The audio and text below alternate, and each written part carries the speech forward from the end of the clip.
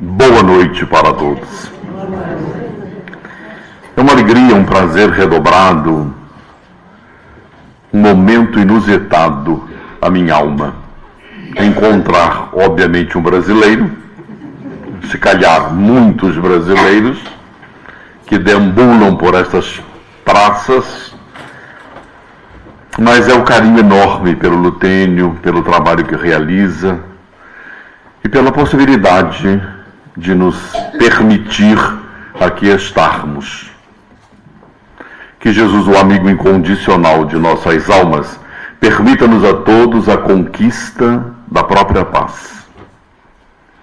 A noite é inovidável, a presença amorável das entidades venerandas, o número das equipas espirituais no trabalho, um envolvimento em tudo, há uma nota do sentimento mais nobre, o amor.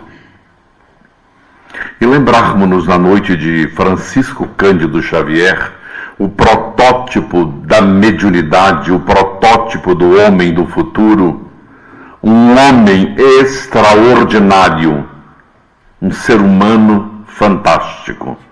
Mas não podemos esquecer que é um homem com a influência do meio, com as necessidades íntimas da alma carente, e é um médium extraordinário, ímpar, cuja mediunidade fidedigna à doutrina espírita e a Jesus o Cristo. Falar de qualquer tema que nós usarmos, qualquer um, nós temos que elencar Chico Xavier, não tem como. Até ontem estávamos conversando com Geraldo Lemos, 526 livros publicados. É inimaginável. Um homem com um trabalho gigantesco, hercúleo, chegar a essa monta.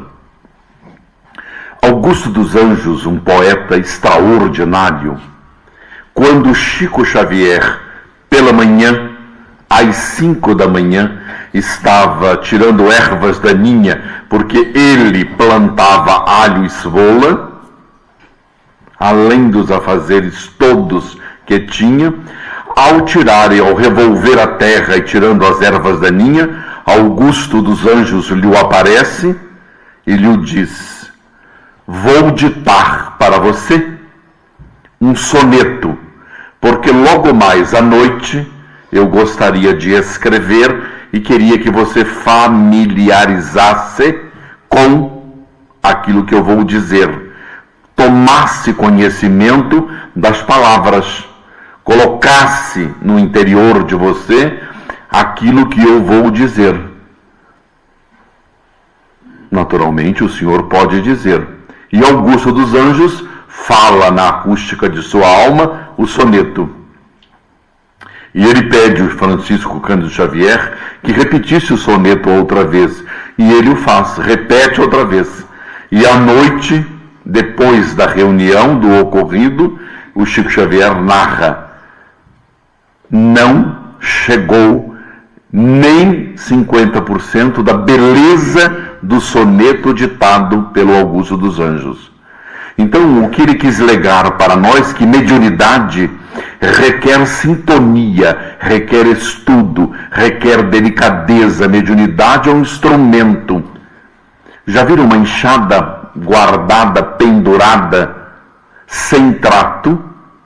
Depois que vai a lida do campo, o uso da enxada tem que lavar, limpar, passar um tipo de gordura ou de cera para que a enxada não enferruje, não carcoma. Mediunidade requer trato, delicadeza, sutileza, estudo do livro dos médiuns, trabalho profícuo. Mediunidade não é num passe de mágica, não é o despertar, eu sou médium, não vira nada.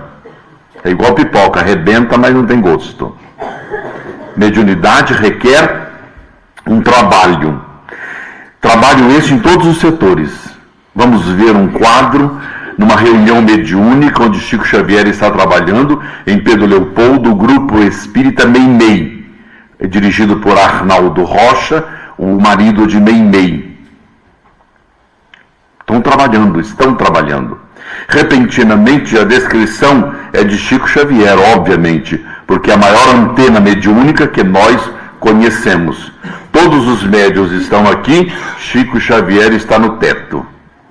Não tem como. Todos os demais estão aqui, todos, sem exceção. Ele está lá em cima. E aí começa a descrever, por exemplo, a reunião mediúnica para nós.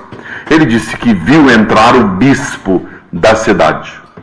E o bispo soltando fogo pela venta. Nervoso, bravo, com tudo aquilo que ele não cria, não concordava e não aceitava. E ele não se aproximava, segundo Chico Xavier, da mesa mediúnica. Ficava longe, com receio, e tinha um certo conhecimento que, se ele fosse, ele estaria sintonizando com a comunicação dos que estavam à mesa, numa união.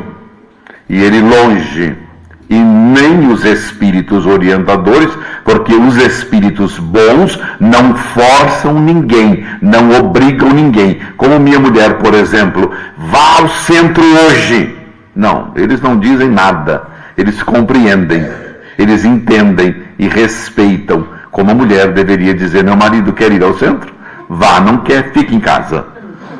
Certo? Fica vendo Gaucha, qualquer um aí, mas fique tranquilo. Eu vou escolher a melhor parte, que escolheu Maria.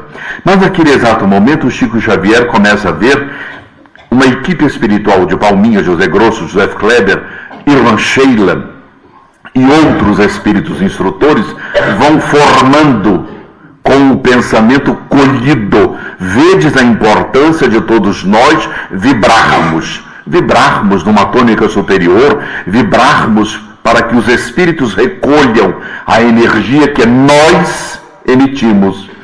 Todos nós somos importantíssimos, todos.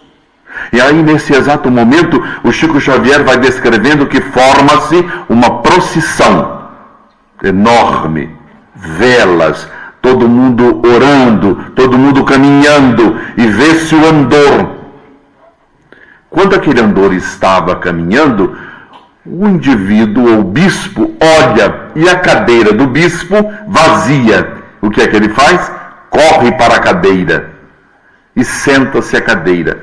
A cadeira, ele estava sentado, ela começa a fazer um círculo dentro da sala. E a hora que passa por cima do médium Francisco Cândido Xavier, ele é imantado pelo desejo da espiritualidade de que ele pudesse comunicar. Imediatamente ele se vê envolvido perispírito com perispírito, porque a mediunidade se processa através do perispírito, e ele dá um grito: me pegaram, me pegaram! E ali ele estava pronto a falar, a comunicar, a trazer uma orientação precisa ao trabalho magnífico. O médium Francisco Cândido Xavier é extraordinário. Vou resumidamente falar-vos, por exemplo, da Cacilda Becker, uma das maiores atrizes brasileiras que nós já vimos. Fantástica. Teve uma morte súbita, um filho problemático, como a maioria dos filhos causa um problema para as mães, para os pais, devido à jovialidade ou à imaturidade. Antes deveriam reconhecer que os pais deveriam receber Oscar todo mês, porque não é fácil. E o interessante é que na atualidade a maioridade não é mais 18, é 40, porque o garotão não sai de casa e fica. E quando casa, separa, para onde volta? Para a casa de mamãe. Mamãe abre os braços e um sorriso forte, né? Porque na verdade ela não queria que o garotão viesse mais, a fim de que ela tenha que fazer uma sorda, fritar umas alheiras e aquela coisa toda. Meus amigos, essa mulher vai embora. O filho pesa-lhe a dor porque não crê na imortalidade da alma ou não crê em nada. No momento exato em que alguns amigos o convidam para ir a Uberaba, ele segue a Uberaba. Descrente, os amigos descrentes. Chegando a Uberaba, próximo ao Chico Xavier, em uma fila nas reuniões de sexta-feira, porque naquele tempo ele atendia sexta, sábado, domingo e segunda-feira. Na sexta-feira, o Chico Xavier estende as mãos e lhe diz: Cuca, meu filho, vem aqui. Ele não se deu conta, ninguém o conhecia, ninguém sabia quem era. Repentinamente, próximo no quarto lugar, as mãos estendem em sua direção e lhe disse: Cuca, meu filho, vem aqui. Ele trêmulo, ele sentiu que era para ele, as mãos estão em sua direção e repentinamente ele caminha e o Chico Xavier seguram firme as mãos. E lhe disse: sua mãe, Cacilda Becker, está feliz porque você veio. Ele não entendeu nada, ele saiu do Rio de Janeiro, a mãe estava morta, sepultada, como estaria ali do lado dele? E repentinamente ele se espanta quando o Chico Xavier disse a ele: sua mãe gostou do bilhete que você lhe escreveu. Sabe o que aconteceu? No velório, ele pediu para ficar a sós. Rio de Janeiro, vocês sabem que é uma cidade perigosa. Por isso que muitos fogem de lá e vêm para Portugal. Saem do Rio de Janeiro e vêm para Portugal. De medo.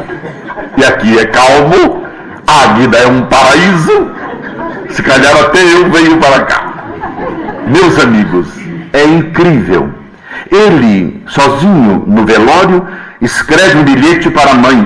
Ele dobra, põe debaixo da nuca inerte do corpo de sua mãe e vai embora. No dia seguinte, na hora aprazada, sepulta-se o corpo.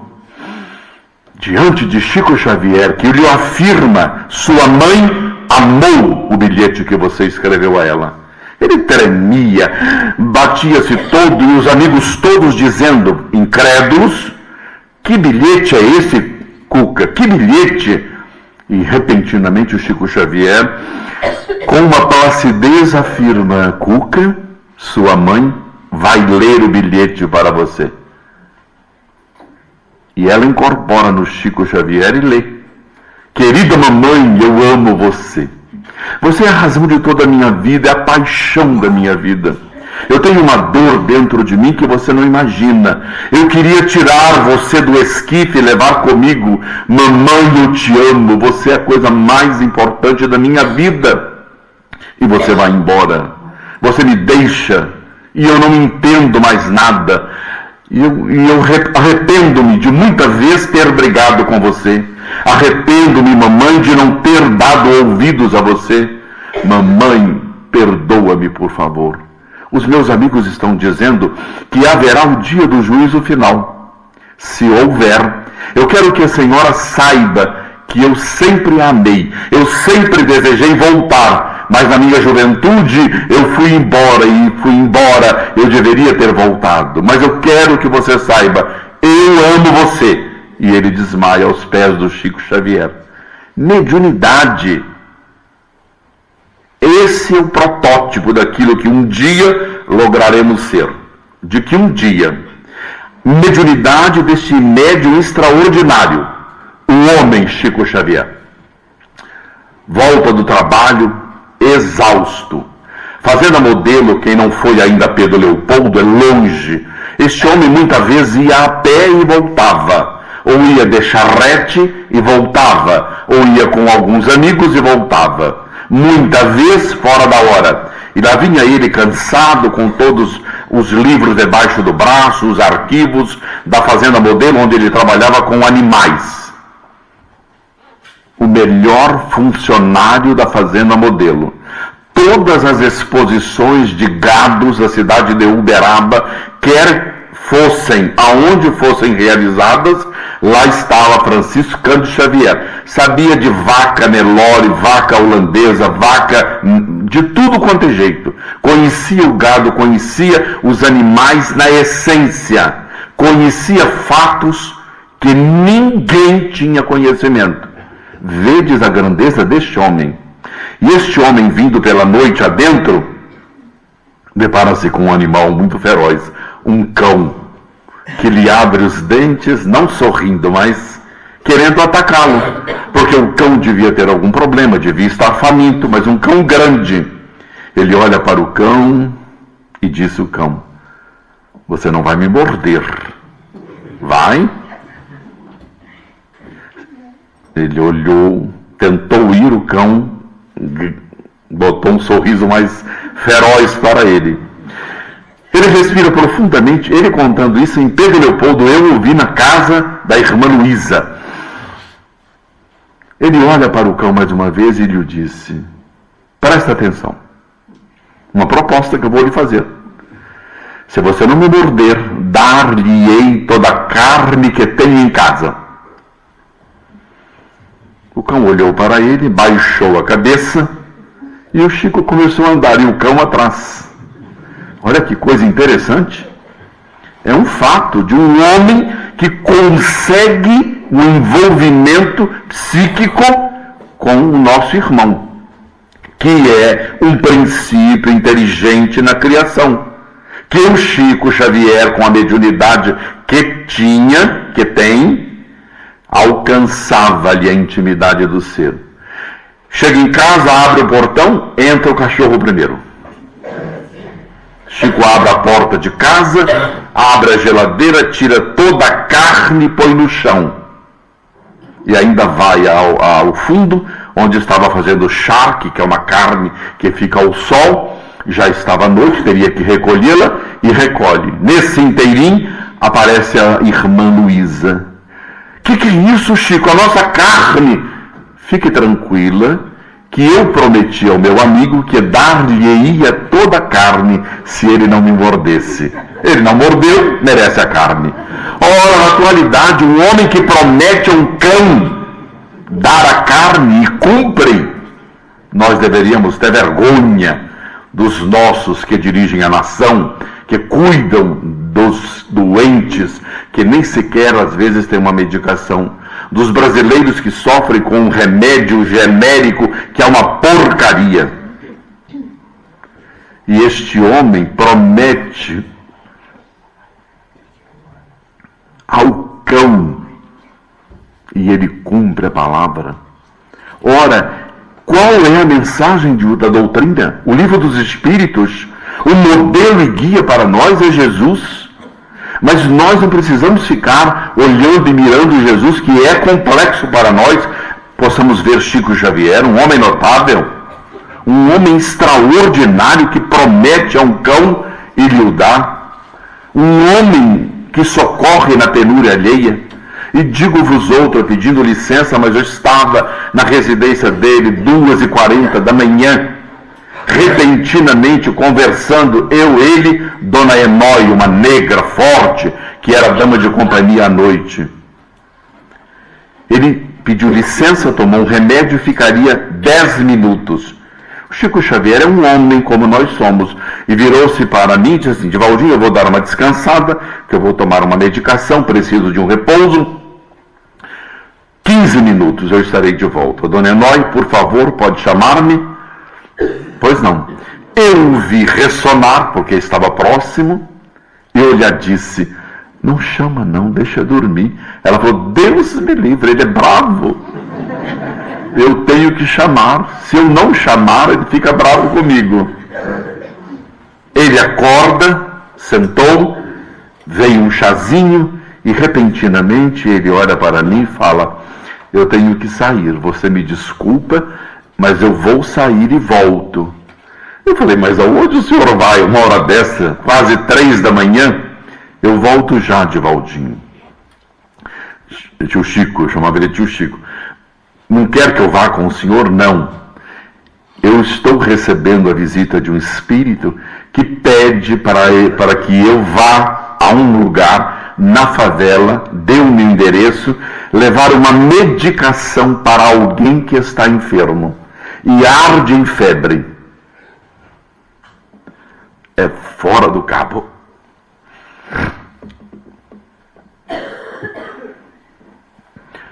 Todos nós não podemos olvidar da grandeza deste homem. No livro dos Médiuns, no último capítulo, os espíritos tratam de lições para os médiuns, para a sociedade e para as reuniões mediúnicas, se não falha a memória. E vem um espírito, logo lá, dissertações, mensagens, e o espírito começa o seguinte: querem auxiliar os andarilhos, os que estão enfermos, desejai socorrer alguém na penúria, nós, os bons espíritos, lhes indicaremos onde jaz a penúria, o fogão sem lume, nós indicaremos.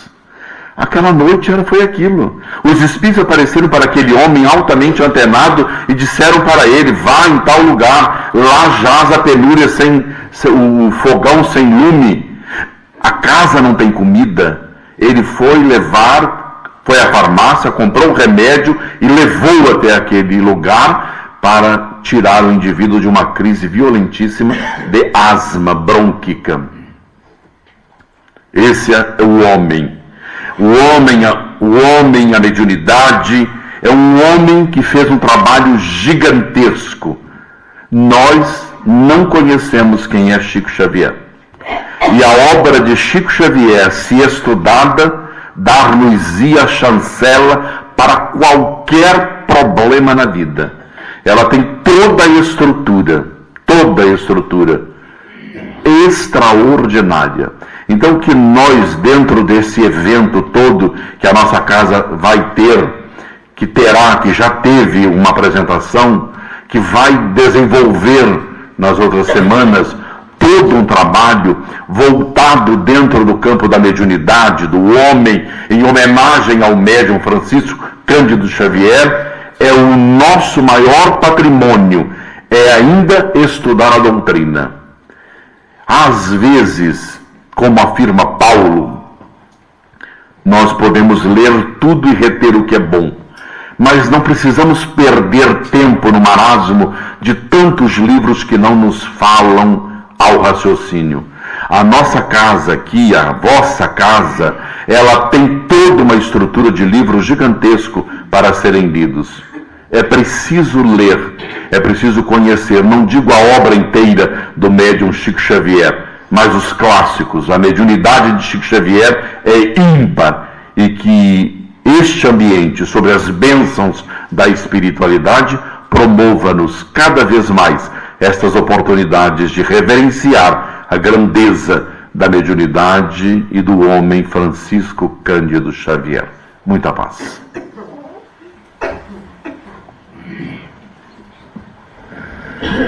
Eu vou abrir aqui um momento, eventualmente alguém poderá ter alguma pergunta. Se for o caso, levante o braço, por favor. E eu começo por colocar, você comparou aí a mediunidade como a utilização de uma enxada, né? Essa ideia foi muito prática, acho que todos nós identificamos bem, né?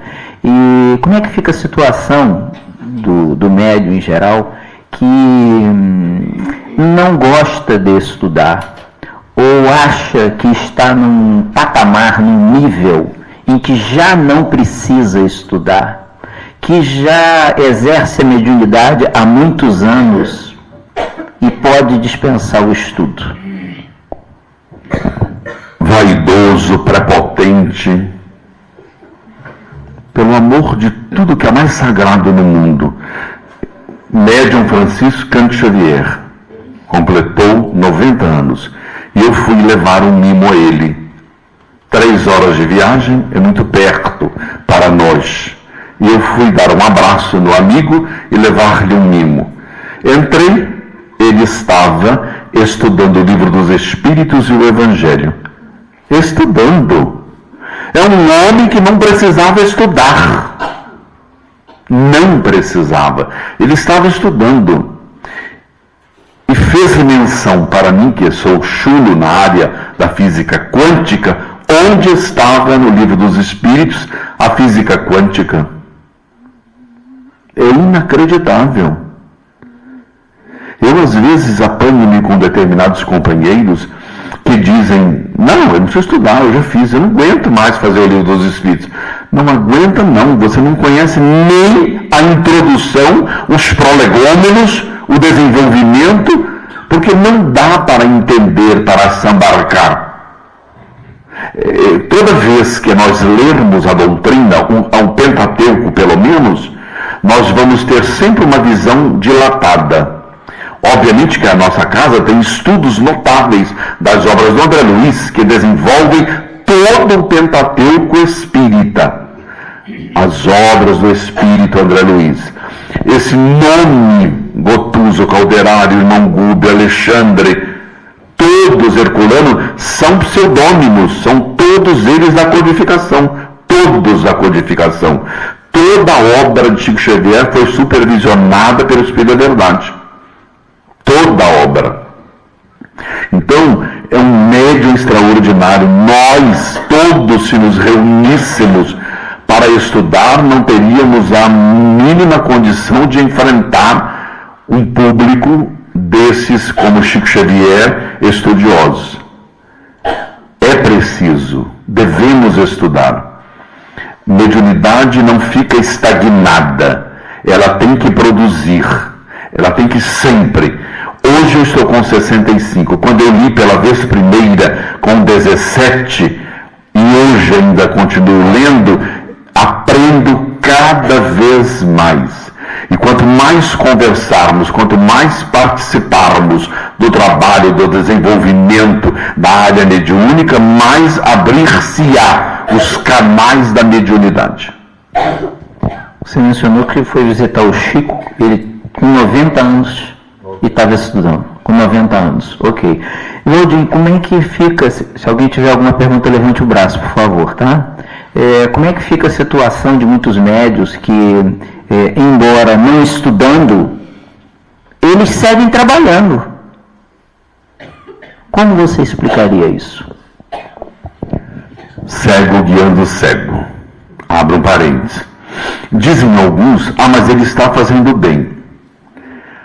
É preciso ter um conhecimento. Chico Xavier viu um senhor na cidade de Pedro Leopoldo e ficou com pena do homem. Teve pena. Pena nós não temos que ter de ninguém. Nós temos que ter compaixão. Mas ele ficou compadecido daquele homem também. E aí o que fez? O dinheiro que ele ajuntou, construiu, lá no Brasil tem casas feitas de blocos de betão ou de placas de cimento. E construiu 2 cômodos, um banheiro, e tirou o homem do poço, do buraco, que era revestido com papelão e jornal, e o pôs lá na casinha. E ficou feliz, foi embora. 3 dias depois, vem com um cabaz e encontra uma família dentro da casa. Um homem, uma mulher e uma criança. E lhe pergunta, onde está o homem que estava aqui? Ele vendeu-me e foi morar de novo no buraco. Então, não adianta você falar que está fazendo bem. É preciso saber como você está fazendo. E a doutrina é um semáforo encarnado. E os Espíritos nos afirmam, na obra básica, quando da lei nos afastamos, infringimos alguma coisa. Então é preciso estudar melhor, auto-iluminarmos para ajudar a outrem. Porque nós vamos ver no livro Obreiros da Vida Eterna o Dimas, que teve uma desencarnação dificílima. Ele era médium passista. Por ser médium passista, no livro Obreiros da Vida Eterna, o Dimas achava que era o melhor. Ele saía na favela, saía nas casas, dava passe em todo mundo. Se alguém passasse ali na frente, oi, quer tomar passe? Vem aqui. Agora, o médium passista tem que ter um autocontrole, ele tem que saber como que ele vai fazer o trabalho, chamando um companheiro, encaminhando a pessoa no centro. Não é o passe que vai salvar a pessoa, é a instrução. Se nós estivermos juntos numa caverna escura e tomarmos de um fósforo, que é uma cabecinha diminuta, e acender, nós andamos a caverna inteira. Apaga o fósforo e tenta andar. Ninguém anda. O conhecimento da doutrina é este fósforo. Você falou em união. Todos nós somos responsáveis, nós emitimos vibrações, né? E para que possamos, os grupos espíritas, as casas espíritas, geralmente levam em conta um grupo de trabalho, um grupo de elementos que pode ser reduzido, pode ser moderado, pode ser muito grandioso. Como que fica a situação da falta de afinidade entre companheiros que às vezes desejam participar do mesmo grupo? Porque se eu não tenho afinidade com você, eu fico em Águeda, você vai para Votuporanga, fica ótimo, né? Graças a Deus. Já viu? Que maravilha? Agora, juntos, né? Como é que fica essa situação, Divaldi? É por isso que precisamos estudar. Se tiverdes de Jesus Cristo que andar 1000 passos com o teu inimigo, alto lá. Aproveita a marcha e anda outros 1000. Ora, se eu venho na casa espírita e encontro aqui um desafeto, olho para ele e penso, ai, que desgraça na minha vida deparar-me com essa pessoa. Ora, por outro lado, se eu estudo a doutrina, eu tenho que reconhecer, meu Deus, ele está aqui. Que oportunidade estou tendo eu para reconciliar-me com o meu adversário? Ora, ou nós cremos em Jesus Cristo ou estamos passando a mão no capeta. Um dos dois, que não existe. Então é uma utopia. Evangelho segundo o Espiritismo. Se tu vens fazer a tua oferta diante do altar, e aí tu te lembrares que tens alguma coisa contra o teu irmão, deixa aqui a tua oferta. Não pega, não faça nada. Volta, vai lá, reconcilia-te com ele, dá-lhe beijinhos, dá-lhe abraço. Reconheça que você é ser humano como ele o é. E diz Allan Kardec, no livro Obras Póstumas, se não falha a memória, aquele que curvar-se em primeiro lugar diante do seu ofensor é o vencedor. Então, se os grandes do nosso país, não estou falando de Portugal, os grandes do nosso país, fazem um movimento pela paz e brigam um com o outro, são falsos. Agora, será que nós vamos ter que ouvir do Cristo? Vós sois como túmulos caiados por fora e podre por dentro? Tenho dificuldade de me conviver com a Ludovina. Por exemplo, minha amiga que me trouxe, Dona Ludovina. Eu tenho que reconhecer que ela tem valores generosos. Abriu a sua casa, recebeu um brasileiro folgado, gordo, cômica, uma coisa. E ela está pacientemente fazendo a comida, arrumou tudo, organizou tudo. Então isto, eu preciso aprender a conviver. Agora, a aceitação é o início de uma transformação. Se eu não aceitar o outro, tudo que eu estiver fazendo é insano, é mentiroso, não vale a pena. Então, respiramos fundo. Olha, vem cá. Você sabe que eu tenho dificuldades para relacionar-me com você. Eu não sei o que houve entre nós.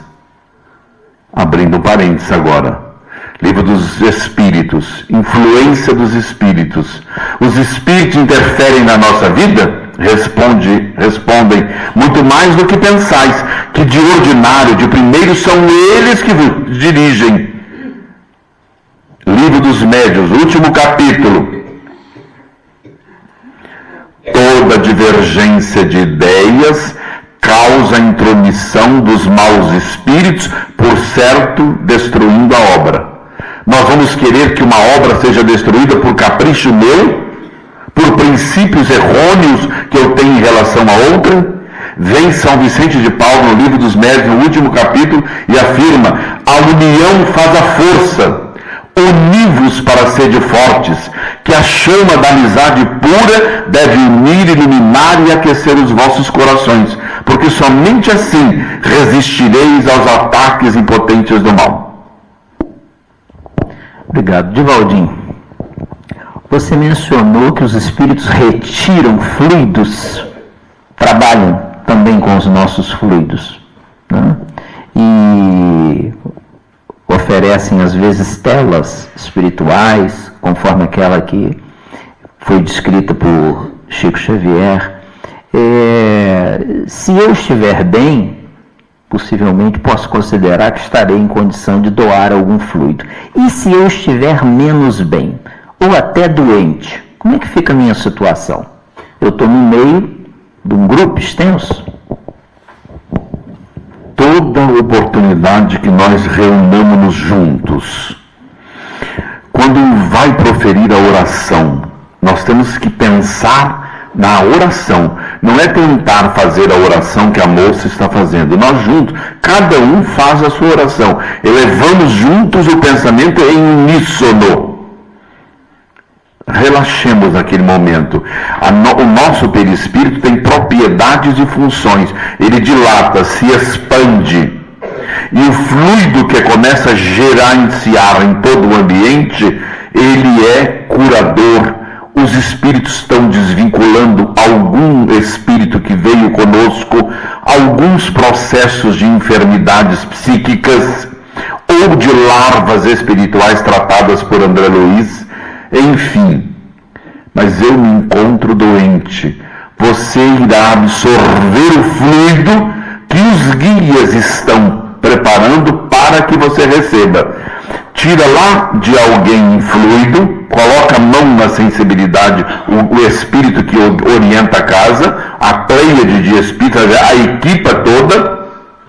Tira o fluido dali e coloca no indivíduo que está precisando. Mas este indivíduo não pode estar roncando no meio. Ele precisa estar antenado, ele precisa estar alerta, ele precisa ter a mente aberta, como um funil que você joga dentro e desce para a pessoa. Nós é que atraímos pelo nosso pensamento. Nós temos que desejar. Senhor, eu vim aqui porque estou cansado.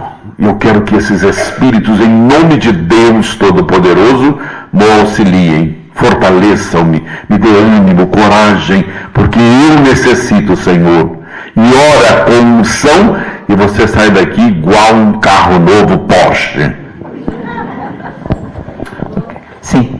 E essa energia, como eu faço para quem está longe de mim, que não está aqui no meio dessa... A colocação da companheira, como é que nós fazemos para poder enviar esses fluidos, essas energias, para eventualmente alguém que não está presente aqui, um familiar, um filho, alguém que esteja fora daqui? O melhor de tudo é que nós tenhamos uma sintonia.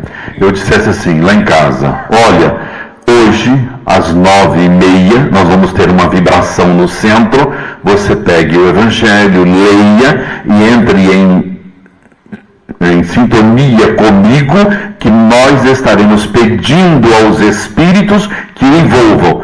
Este é o princípio básico. Agora, eu quero emitir para uma pessoa que eu lembrei-me dela.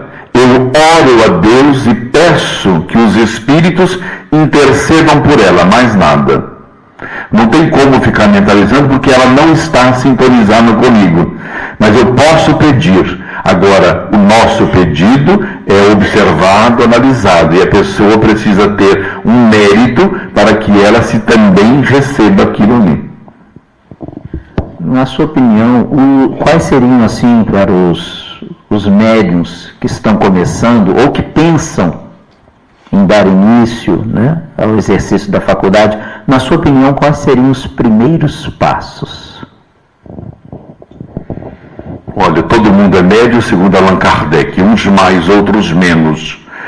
O primeiro momento que eu consegui aprender de Dona Ivone Pereira e do Chico Xavier é que o indivíduo começa a frequentar a casa.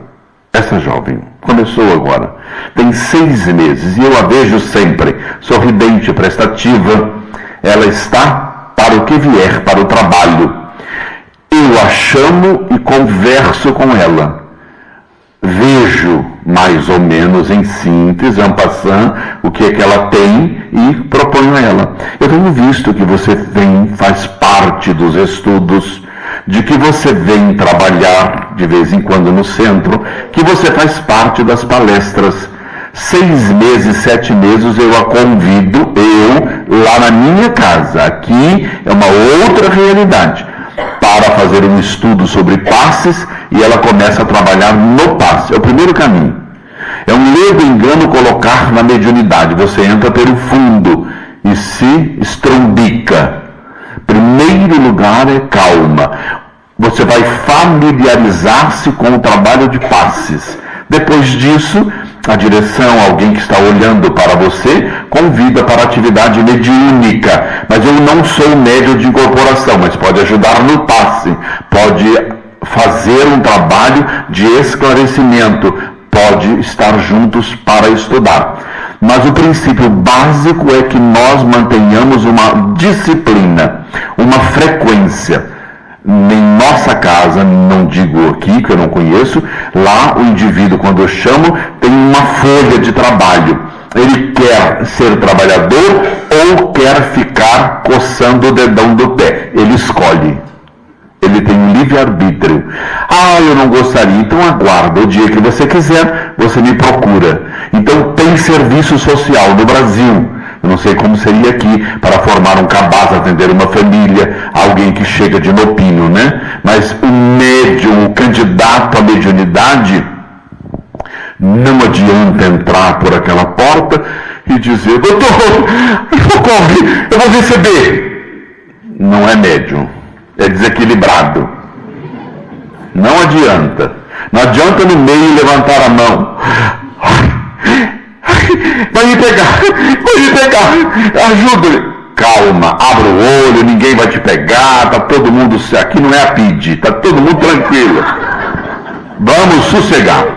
Calma, fica tranquilo, abre o olho. O bom médium não recebe em lugar nenhum.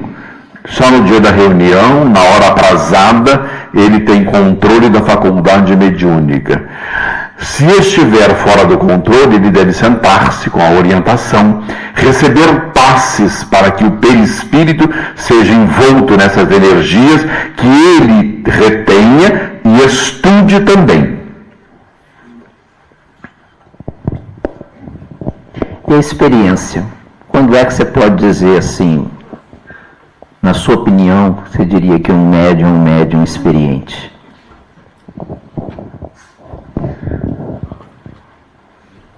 Em nenhum momento. Eu sou médium desde 17 anos que trabalho.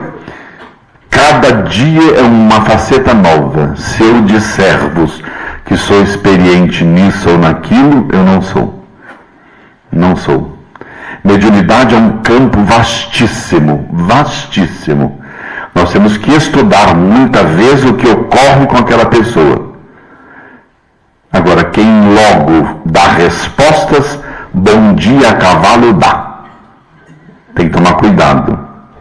Médium tem que tomar um cuidado extremado, porque enquanto estamos nessa fase de perturbação até nos tranquilizarmos, nós temos vidência, audiência, vedente, tem de tudo. Ocorre 1000 coisas, mas é melhor apagar, deletar e começar de novo. Porque aí quando você acalma esse transtorno, essa ansiedade, essa vidência descontrolada, tudo isso parece que some. Não, ela vai assentar as bases. Vai ficar tranquilo e vai começar uma tarefa. Mas experiente, ninguém o é. O que ocorre numa casa espírita, por exemplo, na nossa casa, na casa que nós estamos, no NEC, São João em todo lugar, o mundo espiritual investe na cabeça do dirigente. Investe. Por isso isso que lá na nossa casa nós temos um orientador, sou eu.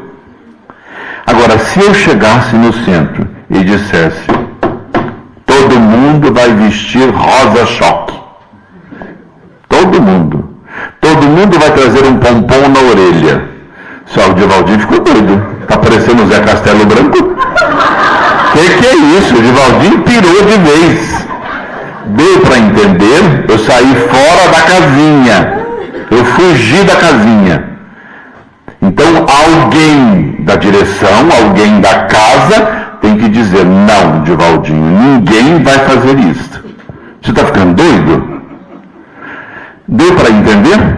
É a mesma coisa que chegasse aqui amanhã o doutor Lutero incorporado numa reunião ou uma mensagem fotografada e dissesse que todo mundo tem que usar um jaleco branco.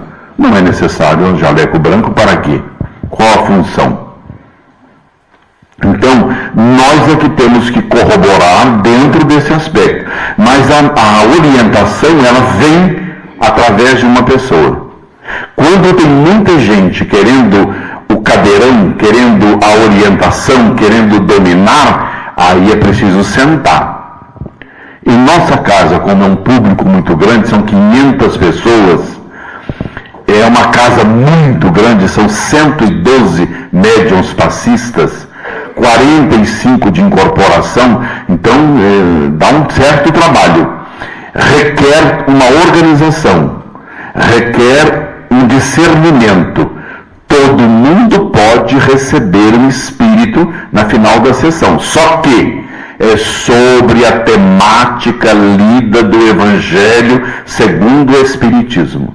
Chico Xavier disse que nós deveremos, porque o médium não tira nada do nada.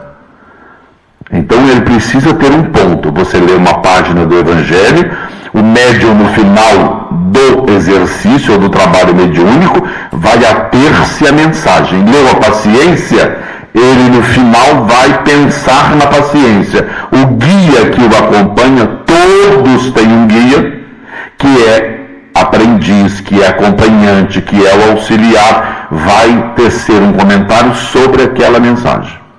Então aí a mediunidade vai ganhando solidez. Valdinho, você nasceu em berço espírita? Não. Como médium, você passou por alguma fase assim, perturbadinho, obsediado, atormentado, até que pudessem te orientar e ser encaminhado para a doutrina espírita? Como é que foi?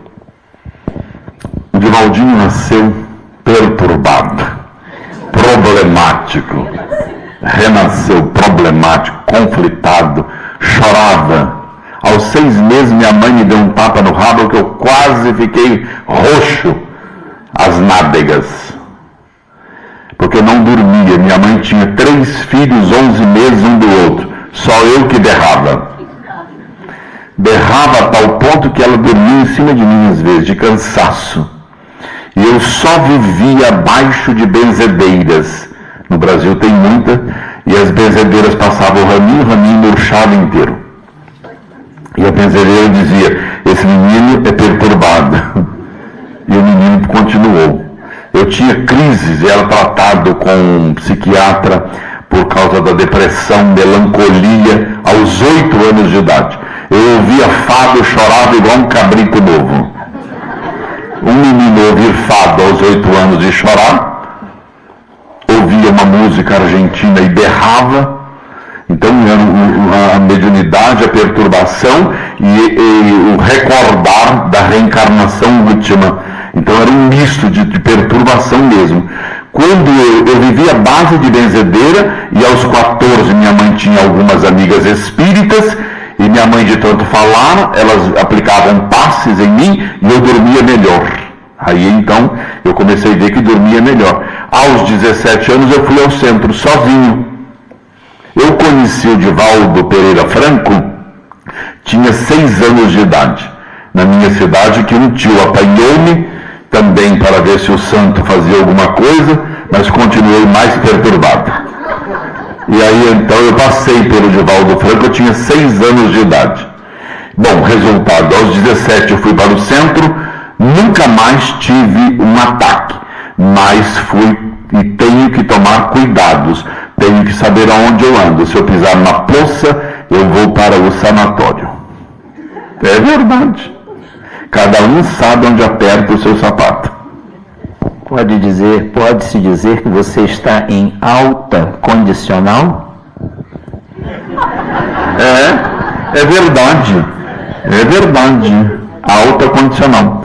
Em tratamento. Qual é o tratamento? Trabalho, estudo, renúncia de quem é o Divaldinho, do homem velho. Muitas vezes eu tenho que calar profundamente, porque às vezes eu falo o que não devia. Então o médio está sempre envolto.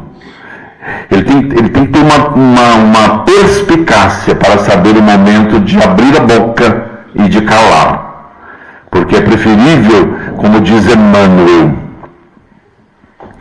você sabe que o que você vai dizer está correto. Você consultou os alfarrábios e tem certeza daquilo que vai dizer é o certo. Assim mesmo você consulta alguém superior a você e lhe pergunta e tem a certeza de que você tem toda a razão. Assim mesmo, diz Emmanuel, você cala para que o tolo mais tolo vomite. Então é um ensinamento fantástico. Reconhece-se o verdadeiro espírita, o cristão, pelos esforços que faz para domar as más tendências. Somos nós todos. 17 anos você era um jovem, leu o Livro dos Espíritos, recebeu passe. E o que te fez ficar no centro espírita? Ou você não ficou dessa vez? Você foi embora e voltou mais tarde? Não, eu fiquei no centro espírita. Quando eu ouvi o estudo uma noite, fiquei apaixonado e comecei a estudar. E estudo até hoje. Tem coisas que não entendo, eu não tenho cultura. Então, quando eu apanho o livro do André Luiz, as obras, nós temos o professor, temos médicos na casa, temos físico na casa que trabalham, eles vão dar a aula e eu aprendo melhor. Tenho que voltar à aula outra vez. Física quântica, eu estou por aqui, não entendo também. E estudo, mas é dificílimo entender a física quântica. Mas é preciso nós entendermos. Não é para o grande público, para os oradores, tem que ter um preâmbulo, não é um conhecimento total. Mas estudo até hoje e não esqueci do trabalho. O trabalho da caridade é o mais importante. Não, é o estudo. É o estudo que é mais importante. Só que toda vez que nós pudermos ajudar alguém, devemos ajudar. Toda vez que nós pudermos sair de nós próprios, de um sábado, em vez de ouvir o Kim Barreiro, vai visitar um lar de idosos. No domingo, em vez de dançar o bailarico, dança. Depois do bailarico, visita um familiar que é chato de galocha, mas que precisa de auxílio, que precisa de uma palavra de orientação, está passando por uma dificuldade enorme. É isso que a doutrina ensina. Nós sairmos de nós próprios e irmos lá para levar um alento, uma palavra de consolo, de estímulo. É isso que o centro nos permite. Com todo respeito aos portugueses, porque eu sou português já de carteirinha e de, como chama? O cartão do cidadão também. Digo a vocês, eu encontro uma dificuldade nesses 22 anos. Eu vejo muitos doentes, eu encontro muitos doentes quando estou autografando os livros, pessoas perturbadas que precisam de consolo. Eu ergo a mão, onde está o presidente? Por favor, essa senhora precisaria conversar. Volta na semana que vem. Agora quebrou a orientação. Olha, meu Deus, a mulher está sofrendo. Para a semana que vem, pelo amor de Deus, nasce na ambulância a criança. Já viu o que é você ter dor de dente e ir ao dentista e ele mandar você voltar daqui uma semana? Então tem coisas que é preciso atender. Quem abre um centro espírita tem que ter pachorra de atender as pessoas que precisam. Tem que ter uma norma, obviamente. Ninguém vai passar a noite inteira. Mas é preciso. Em todos os lugares que eu vou, eu pergunto, tem alguém que poderia ir visitar a mãe desta senhora, que está acamada há 11 anos e que precisa de passes? Não acha uma viva alma. Cada um tem um a fazer, cada um tem um problema, cada um tem uma coisa. Nisso eu fico entristecido, porque é impossível não ter um momento em que a pessoa não possa ir visitar um enfermo, aplicar-lhe um passe. Eu cheguei no país 23 de dezembro, por isso que eu estou mais gordo, vedes, né? Passei o Natal e o Ano Novo. É batata e requelhau, e alheiras também. Vedes como é interessante. Como está o fulano, que eu não tenho visto na casa? E ele sumiu? E vocês não ligaram para ele? Não, ele que sumiu. Ora, mas é trabalhador. Às vezes nós precisamos nos preocupar. Vocês sabem que eu vi várias vezes, estando com Chico Xavier à mesa no grupo espírita da prece, ao término da reunião, 4h20 da manhã, 3h40, 5h20 da manhã, o Chico Xavier, Wilker, faça o favor, vê um táxi para a dona Catarina, a dona Mafalda e a Odete. E depois você pode chamar o fulano ali, o ciclano e o beltrano, também para o táxi levar em casa, porque eles não têm carro. O Chico Xavier, preocupado com alguns amigos que o vinham visitar e não tinham como voltar para casa. Não tinham como voltar. Um médium preocupando-se com ele. Então isso que nós precisamos ver no homem e no médium extraordinário que é Chico Xavier. Mais alguma outra questão? Ok, Divaldinho. Sim. Diga, Sr. Paulo. Como explica o caso de São Paulo,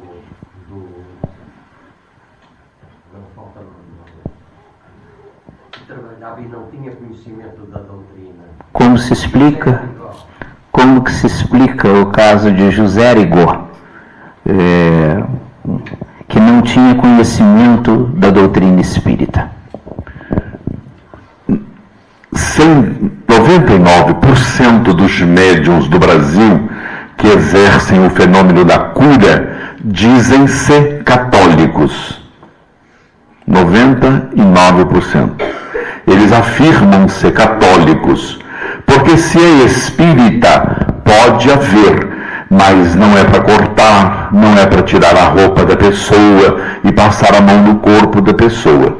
O médium viria trabalhar, mesmo se tivéssemos, vai receber o passe, que é um tratamento a nível espiritual, onde os espíritos agem no perispírito. Se o indivíduo tiver que cortar, procure o médico. Sandra. Valdir, na sua experiência desde os 17 anos, no percurso que tem como espírita, alguma vez pensou em desistir? Divaldinho, desde os 17, né? Como espírita, na sua experiência, em algum momento você pensou em desistir? Vou embora. Pensei em insistir cada vez mais, perseverar, porque eu sempre lembrei de Jesus, aquele que perseverar até o fim, este encontra renovação. Então, o Cristo é modelo para nós. Se você estiver cansado, se você foi maltratado no centro, lembra que você é o doente, que você é que precisa, deixa o outro. Mas fui ofendido porque você se deixou ofender, não precisa. Você é gordo, sou gordo. Careca, sou querido. O que eu vou fazer? Não vou brigar com ele. Dentro de um momento que é interessante, interessante. O outro que agride a gente às vezes, que fala um monte de impropério, ele tem direitos. E eu tenho o dever de ouvi-lo. Ah, mas Divaldinho, o que é isso? Quanto mais você cresce, mais você tem que entender e compreender o outro. Quando você se iguala ao indivíduo, igual nós, se sairmos à rua agora, um cachorro ladrar para nós vamos agachar e ladrar para o cachorro? Não. Coitado, de quem é esse cachorro? Uma noite tão fria, traga-o para dentro, põe uma coberta, amanhã alguém vem soltá-lo, para que ele não passe frio. Não adianta ladrar, ele é um animal. Não adianta gritar com o outro que está irado. Você tem que ficar quietinho, olhar para ele, respirar profundamente e orar. Até que ele acalme. Se ele não acalmar, você não abra a boca. Mas o mundo hoje está todo armado. Nós temos a necessidade de berrar, de gritar, de xingar a mãe do árbitro toda hora na rua. Não adianta nada. Há uma indelicadeza no ar. Eu estive, como chama, no Porto, Dolce Vita, do lado de um campo de futebol. É do Benfica aquele campo? Ah, Dragão. Eu falei de propósito, o povo fica doido de raiva. É incrível. Estou andando, vendo as montras, para lá e para cá. Vi um cavalheiro, devia ter 40 e tantos anos. Eu vi de longe, obviamente, a barguilha da calça aberta, o fechecler. E eu, no meu Brasil, não, encostei-me perto dele e disse: cavalheiro, o fechecler está aberto. Moçoila. Foi indelicado, grosseiro. E eu fiquei triste, porque é patrício meu, é português. Em vez de ele agradecer, da gentileza, quando eu digo uma senhora, você está com batom nos dentes. Ai, obrigado, ela limpa. E fala logo em seguida: meu marido não diz nada, safado. Falei: mas a senhora está com batom nos dentes. Que é tão simples dizer. Então, são coisas que nós estamos armados, nós vivemos armados, temos que nos desarmar e precisamos amar mais. Divaldinho, muito obrigado, meu querido amigo. Acho que tivemos aqui. Eu vou pedir, tá bem? Aproveitando que você está conosco, eu vou pedir que você faça a prece, tá?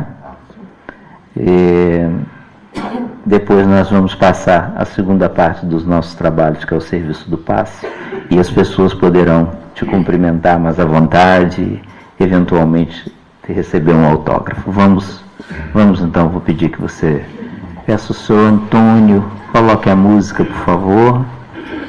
Obrigado, senhor Jaime.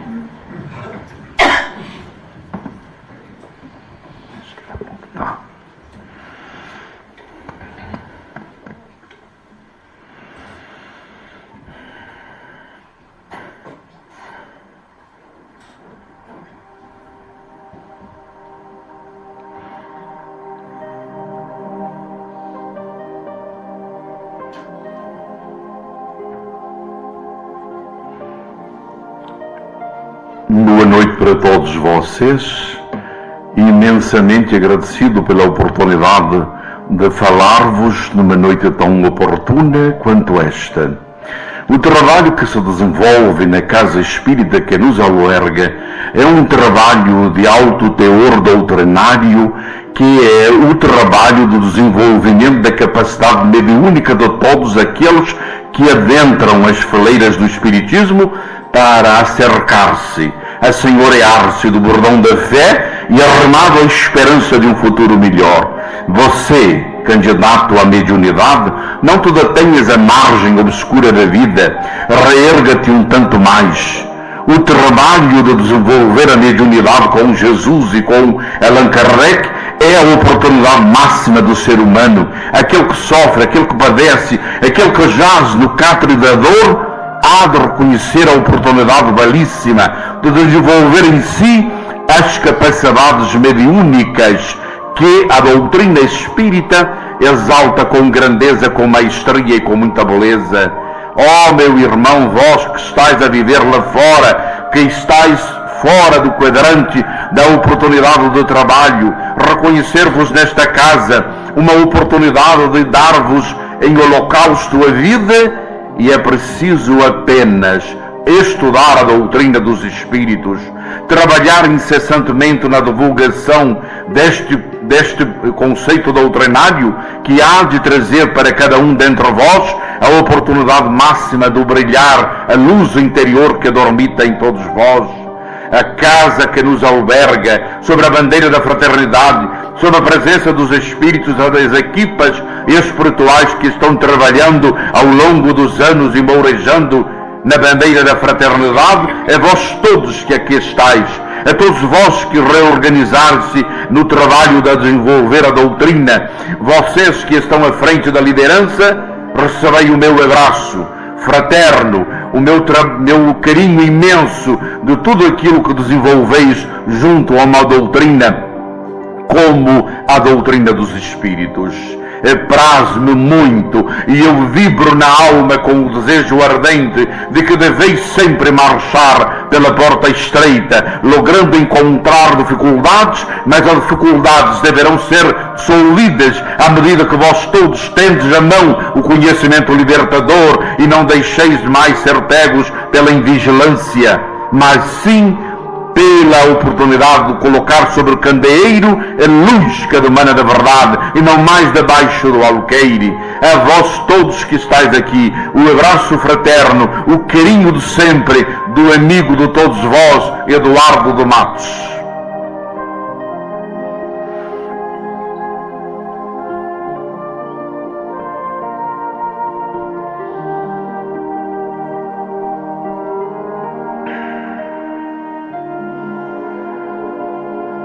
Meu amigo Jesus, a alegria de nossas almas, o doce refrigério de paz que emana da verdade, da presença inovidável das almas nobres que jornadeiam no bem, não obstante as nossas inferioridades, ainda de homens atados no charco da terra, quando vislumbramos as estrelas, Senhor, que cintilam no universo afora, que conclamam-nos ao elevar das nossas almas e dos nossos sentimentos. Tende de nós piedade, Senhor. Tende de nós misericórdia. Nós que anelamos tanto estar contigo, nós que anelamos tanto o desejo ardente de desenvolvermos a própria capacidade, de nos irmanarmos como irmãos que o somos, de ufanarmos pela vitória do amor, para arrancar de nós próprios aquilo que deixa-nos a visão obnubilada ante a realidade de amar aqueles que nos atacam, de socorrer aqueles que nos maldizem, de levantar-lhes o ânimo e a moral, dando-nos o conceito inenarrável de uma doutrina como o Espiritismo. Noite de lucidez espiritual, noite de bênção sobre a mão generosa da caridade, noite de bênçãos sobre o manto estrelado de Nossa Senhora, Mãe Santíssima, na consolação de nossas almas, no grande afã de dizer: fica conosco um tanto mais. A noite já se vai alta, mas o seu amor acorre para envolver-nos a todos. Guarda-nos, Senhor, hoje e sempre, e que assim seja, em seu santo nome.